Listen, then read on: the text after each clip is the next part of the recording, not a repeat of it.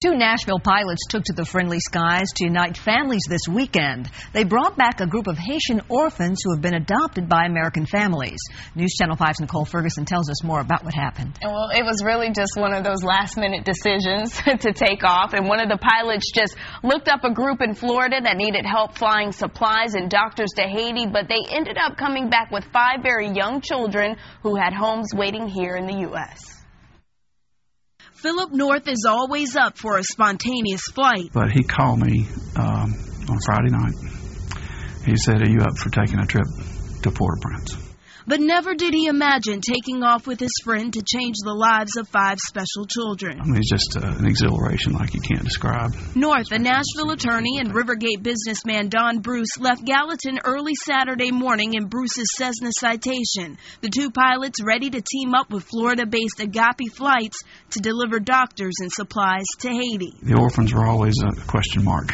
But they ended up meeting these 5, Big Eli, Little Eli, Shayla and Kayla, both with cerebral palsy, and Owen, who's HIV positive. Well, they had parents there waiting who had already adopted these children. Some have been waiting for 2 years, and here we are trying to strap them all in the airplane.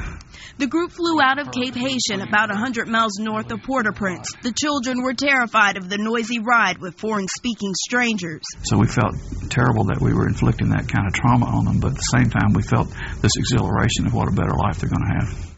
Bruce thought a bit of gospel might soothe the children's souls. So I would sing This Little Light of Mine. I'd sing Jesus Loves Me. Didn't have much of an effect. And so I started singing Amazing Grace.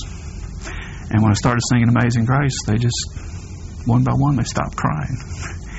The tears soon dried, and the kids landed in Sarasota Sunday night to meet their new families. Big Eli was the last to enter the gates with North. And when I handed him to his mother, I patted him on the back and said, "Big Eli, welcome to the United States, buddy." Bruce and North may never see these kids again. They can only imagine what lies ahead. I would like to know where the Big Eli becomes linebacker for the University of Indiana or something. But one thing's for sure, their mission isn't quite over. And we'll be back, I'm sure.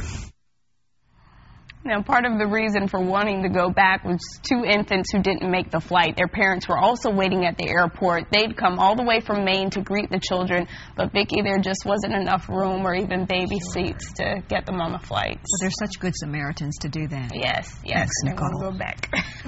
The children were adopted by families in several different states, including Indiana and Maine. Bruce estimates the 2-day run probably cost around $10,000 in fuel and maintenance alone. He says they wouldn't hesitate to go back as soon as possible.